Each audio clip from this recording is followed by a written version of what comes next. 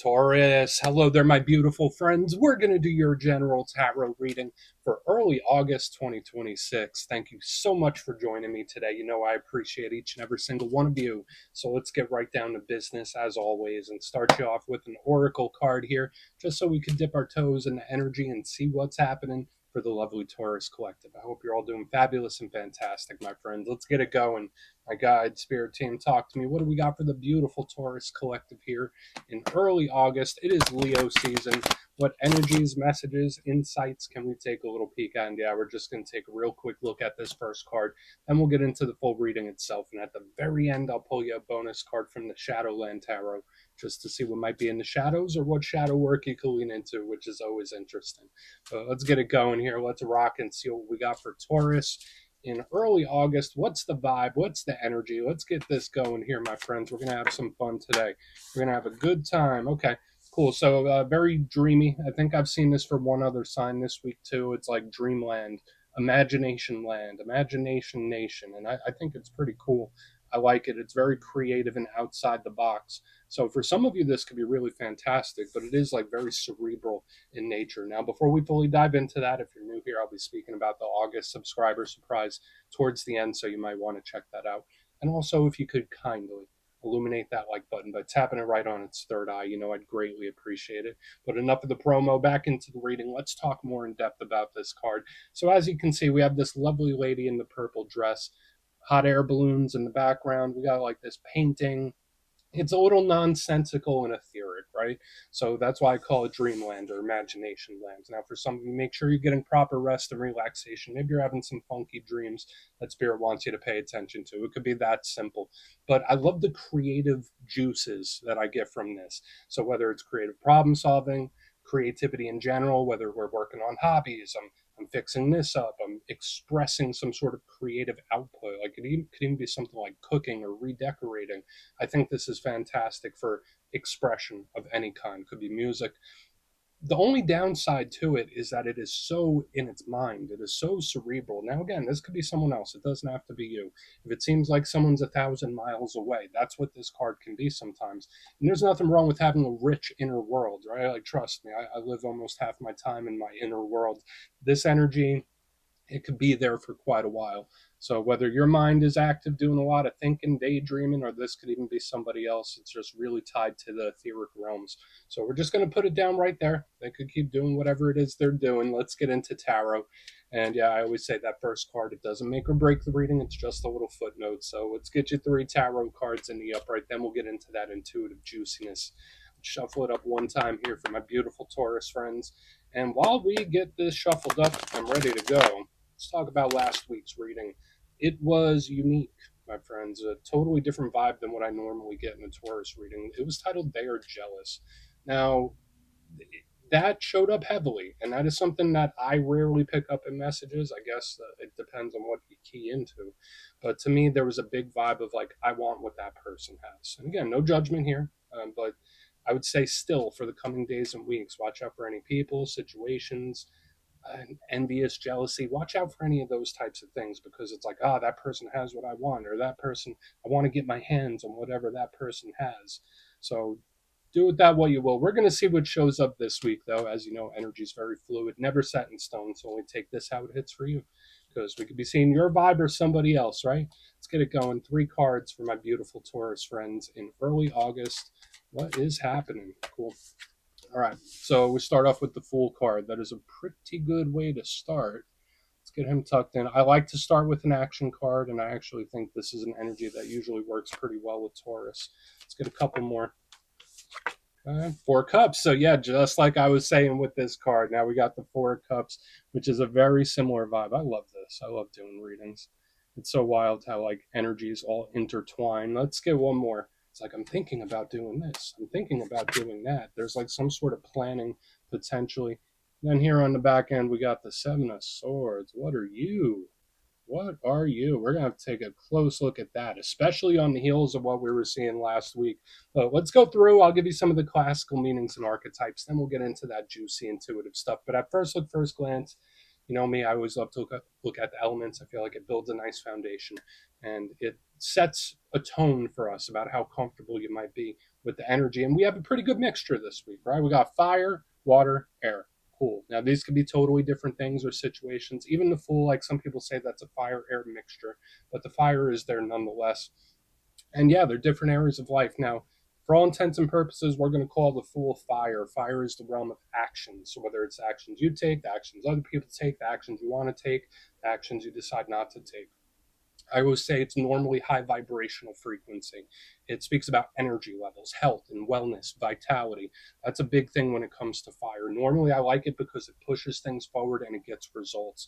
The downside with the fire is that it's hard to contain. It could be a little unpredictable, right? Like it could turn into a wildfire real quick. So again, there's an explosive quality that we want to keep an eye on. In the center, we have water. Works perfectly with Taurus. That's the inner world we were talking about. More matters of the heart, things that we care about, things, people, situations that we're emotionally invested in. We think of partnerships, but this is also those creative juices I was speaking about as well. So it could be like art and what, like music, all the things I was mentioning with that first card fall under this blanket as well. So I like it. It could just be someone's emotional state, but the downside to it is that it's always changing. It's ever changing and can sometimes overwhelm, right? So we need to keep an eye on that. Then back here we have the air. Air is the logical pragmatic mind. So again, we have the heart and mind, action, heart and mind. With the swords and the air, it's about facts. It's about information. Whether you're curious for something, whether you're trying to figure something out, maybe you're trying to memorize something, maybe there's something that you want to know. That's why it's the suit of communication, because it's like I'm either giving or receiving this information. It could also represent perspective and how you view things. The only downside to air is that it's cerebral, a little bit different than this one, but it is still up in the mind. So we have like this heavy focus on the mind here this week, mindset and perception. The swords and the air could be a little cold. It could be detached, and watch out for the overthinking. So let's go through and start building this out piece by piece. Position number one, we start with the Fool card. Beautiful. I like this card. It's very optimistic, right? Big Aries energy. Some people also link it to Aquarius. Now, when I see the Fool, it is the protagonist of the tarot deck. We are starting off on a journey, right? This is where we're going. We're optimistic. We're happy. We're lighthearted. We're having a good time. So the Fool is nice. Usually, I like it. It's having a good time, but it also doesn't know what it's walking into, right? Because always notice the Fool is about to walk off the cliff. He's got his trusty little puppy dog there that's like, hey, watch your step.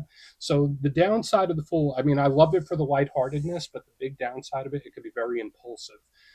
It could be a little risky as well. And I've been seeing that for a few other signs in recent weeks, where there's like this certain impulsive riskiness that I've been picking up. So that's just something to watch out for, because the Fool could sometimes be a bit of a warning.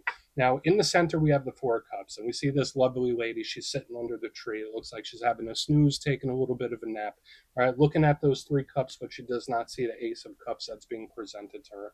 So, in the positive sense, all that stuff we were seeing with the Oracle card about the creativity and thinking outside of the box, this card really is that. There could also be a waiting uh, motion that someone's going through. So I'm not sure if there's something you're waiting on. Maybe someone else is waiting, like, hey, let's wait and see. This card could absolutely do that. But it is in the mind, right? This person is thinking about this so much that they don't see what's being presented to them. So the downside of the Four Cups, aside from the overthinking, it could absolutely represent procrastination. It could represent somebody that is not noticing certain things. I don't want to say it's like wasting time, but it's an energy that can feel a little stagnant. So watch out for that. Now, on the back end is where I really want to take a close look at today. We got the Seven of Swords, and we see our pal here with the Fez. He's making away with all those swords, right? He's going in a different direction, and he's doing it sneakily. Now, in the most positive sense, because you know me, I always have to give both sides of the coin. This could just represent something we don't see. This is an energy that is literally in the shadows doing something. So in the positive sense, yeah, maybe it's something that's not on our radar yet. Maybe it's something that hasn't materialized. Maybe it's something we don't know. Whether it's a piece of information, an action, we're going to have to look into it to see.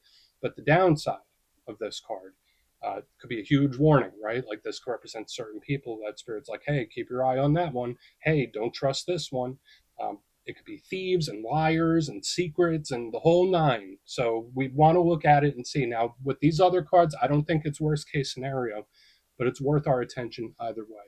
And always remember, this is just an energetic weather report. But whenever the Seven of Swords shows up, it's like, okay, maybe I need to be a little cautious about something, because I've seen it for all the earth signs this week. Now, not the card itself, but a caution. So I want to dive deeper on all of it, Taurus. Let's do it. Let's jump in and clarify. And yes, this is where I go intuitive with the message, which means I just tell you how it feels to me. So feel free to do further research or rely on your base knowledge of tarot, because as you know, every single reading is about the reader's interpretation, and I'm just giving you mine. Let's go in on the Fool card. Let's see what this action is about. And yeah, if you're a reader yourself, please feel free to play along. That's why the box is here. If you're feeling any messages you want to give to Taurus, you can drop it in the comments. I don't mind at all. Okay, why is the Fool here? Is someone thinking about an action, thinking about making a move? Let's see. Okay. This is like a whole chapter, right? Because we have the first major arcana and the last one. We have the World in the upright, which isn't necessarily a bad thing, right? Like, yes, it's a card that can represent endings and the close of a chapter, of course.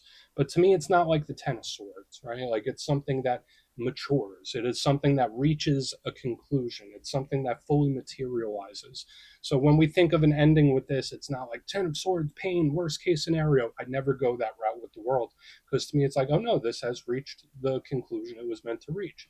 So for some of you, it could also represent change. But when I see the first and the last, it's like, okay, that's a whole chapter right there. Like, and whether it's one that happens quickly or it's just like a whole chapter that's prominent moving forward, maybe someone's still digesting a whole chapter of things that just happened. The World is completion, but the World is change, where it's like we close this one chapter and open the next. It's not like a dead end. It's not a Ten of Swords. We close this chapter, we open the next. So it is transitional, if that makes sense. So we're going to want to see what else shows up. But I'm not sure if there is something that's come to an end, or if there is a completion of some sort, where it's like, okay, I've done what I needed to do. Let's keep moving. That's like really unique that shows up. So again, maybe this could be that anticipation too, right? Like when I see the Fool, that's ready and raring to go, especially over the World. It's like, yeah, let's do this. Let's get this going. It's like an amped up, motivated energy too. So if we put all the big picture energies to the side that I was just speaking about, this is an energy that wants to make a move. This is an energy that wants results, wants to make it happen. But we need to see how the rest of this goes down. So let's go in on 4 cups. Let's see. Maybe this will tell us where someone's head is at. Really want to get to that 7 too, of course. But why is the 4 cups here? For my beautiful Taurus friends, we got. This is weighing heavy on someone's mind. Something's weighing heavy on someone's mind, I could tell you that. We got the 10 of Wands. Watch out for mental exhaustion in this time. Whether it's like, it's like every time I speak to a person, I'd feel drained afterwards, or there's just something about it where like my mind is exhausted. Now, for some of you, that could be literal. So again, make sure you're getting proper rest, relaxation, REM sleep, all that good stuff, because this is like a sleepless type of energy here. So could this be someone that's a little on edge, anxious, nervous? Absolutely, because to me, it's like there's something weighing heavy on my mind. Not saying it's you. But again, if there's someone that's been acting a little different, or they seem a little off than they usually are, like to me, it's like, well, there's something weighing heavy on this person's mind. Of course, it's going to affect them, because it's giving me 9 of Swords-esque type of energy, and that's the picture of the dude that's like sitting up in bed stressing out. So I do have the stressed, anxious, nervous vibe here. Now, I will say this. The good thing about the 10 of Wands, if we put those other messages to the side for now, it is a card of determination, right? Like you see this person, they got the 10 wands. Yeah, it's heavy, but they're going to keep pushing anyway. Doesn't matter how hard it gets. Doesn't matter what the road ahead is. When I say I'm going to do something, I will follow through. So I love the determination and the no quit that I pick up here. But this energy is super heavy. That's the big but there, right? Like this energy, whether it's mind, body, or soul, this energy is tired. This energy is just, there's a lot working, I don't want to say against, but there's a lot weighing this energy down. So whether it's a mental load, mental burden, even physical, where it's like, and for some of you, really specific, watch your neck, back, and spine in this time. Watch how you're not holding too much tension there. Okay, you might need a little massage or rub down, especially with this. We're going to keep going. So there's a bit of a mental burden happening here, where it's like, okay, well, I thought that chapter was closed. I thought it was complete. Why is it lingering? Because that's another thing that I'm picking up too, where there could be things that where it's like, okay, Well, that chapter has changed, or that chapter has closed out. It's lingering. Like, then why am I still feeling this, or why am I still thinking about this? There could be a lot of things lingering. Let's go in on the Ten of Swords. Getting a lot of stuff here. Not Ten of Swords. That's 10. It's Seven of Swords, and we got the King of Wands himself. Okay, it's a little tricky. Now, for some of you connected to a fire sign, Aries, Leo, Sagittarius, that could absolutely represent them. But with the King of Wands, as with all kings, they represent control of their suit. And this one is like, I'm controlling my actions, I'm controlling my focus. So when I see him underneath the Seven of Swords, this is absolutely like unexpected action, surprising action, where it's like, whoa, what happened to you, what got into you. Like, that's kind of the energy I'm picking up here. So again, watch the people you surround yourself with. Now, for another portion of you, in the most positive sense, with this tired energy I was picking up here, this could be like a burst of energy coming in. So again, if you're tired and zapped or whatever it is, or things have been feeling monotonous, Seven of Swords with the King of Wands is like, whoa, all right, I feel a million times better. I'm waking up on the right side of the bed. So for some of you, maybe that is a very claimable energy where it's like, okay, I'm back, right? Like, it's an energy level up, which can be great. But at the same time, the King of Wands, it does not do things by accident normally, right? So like when I see him with the Seven of Swords, it's like, oh no, I plan on doing this. I plan on doing this thing. Like, that isn't by accident. That's by design. So for some of you, again, watch out for the surprising, unexpected actions. And there's something about it that seems like it's from by design, even if like not much is really going on. So that's unique. And especially those of you that might be having issues with a fire sign in general, just be cautious, right? Because especially with the mental burden and all this other stuff, there's a lot of fire here this week. There's a lot of unpredictability, and I've been seeing that for the other earth signs too. Let's go through and do a quick recap. So yeah, the actions, they seem like, all right, where did this come from? Why are you acting this way? Position number one, we have an intriguing mixture. We have the Fool clarified by the World, the first and last of the major arcana. That represents a full chapter completion. So for some of you, whether this is something from the past, whether you've recently achieved something, like that could all be in play where it's like, okay, that has matured, that has reached what it needs to reach. Like this, we're going to close that chapter and open up a new one. That's how this feels to me.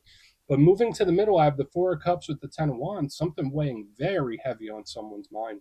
And again, it doesn't have to be you. It did feel stressed, anxious, nervous. That's the vibe I'm picking up here. Um, really watch that you're getting proper rest and sleep. Like, do not burn the candle at both ends if you can help it, right? Because this energy, it's like, I just got so much on my mind. It feels really tired. On the back end, though, we do have the bounce back, right? We have the Seven of Swords with the King of Wands. I mean, unless you're connected to a fire sign in specific, you might need to keep an eye on that. But to me, it's either one, an energy bounce back where it's like things thought it's done, it completes, it ends. Now this is lingering, not much is happening, and then boom, we have like the surprising or unexpected action here. So please take a screenshot if you want to look into that further. Let's see what's in the shadows. And yeah, I always like to pull a shadow card at the very end just to see whether it's something within you or something you don't quite see. Shadow cards don't always have to be a challenge, they could be a good thing too. So let's get you one. And yeah, if you made it to this point in the reading, please feel free to check out channel memberships. I'll put a link for it in the comments below. It's a beautiful way to support the channel, and I have much love for all my channel members. All right, let's get this shadow card out. What do we got? What do we got? Okay. The World again. So I always find it extra intriguing when the shadow card is one of the main cards, right? Because I only pull 6 card spreads for these readings here. The World, as mentioned, represents a maturation, a completion, a cycle that has either closed or is shifting. It's changing. Now, the world we live in, material reality and life, is perpetual change, right? Things are always in flux, things are always changing and moving. But the thing with this card, especially the shadow side of it, it's an energy that can bring the past back around, right? Like, because usually this card in reverse is an energy where it's like, oh, that's not over yet. This energy starts to loop. And I've been seeing that for a few different signs this week, specifically the past couple of weeks too, whereas like there's this energy that keeps cycling back. So whether it's a cycle of behaviors, a similar cycle that you've been experiencing for years, there's just something about this cyclical thing that keeps popping back up. So watch for a lot of things in this time that could just circle back on you when this is here. Or for some of you, maybe you're more sentimental and looking to the past, right? Maybe you're doing a lot of remember when type of thinking. It doesn't necessarily have to be bad, but to me, it's a chapter that could be closing. So we're just going to leave it at that, Taurus. That's what I have for you this week. Don't click away just yet, though. I'm going to give you the details of the August subscriber surprise. If you would like further insight on your situation, or you'd like to have a chat with me, you can book a personal session with me on my website, mastermetaphysics.com. The August calendar is up and spots go quick, so you might want to check that out. But for the August subscriber surprise, we're doing another winner's choice. I will choose 3 winners at random to either choose the Dreams of Gaia Tarot, which is an absolutely stunning deck, or one of the custom-made crystal pendants from my website, mastermetaphysics.com. So if you'd like to get your name in for that, it's 2 simple things, as always, my friends. First, you must be subscribed, and second, let me know down in the comments, out of all the cards that showed up in your reading today, which one intrigued you the most? Which one caught your attention, and why? And you put that in the comments, you'll be entered to win, and at the end of the month, the winners will be announced in my community tab / post tab. As always, my friends, much love, and I'll see you soon.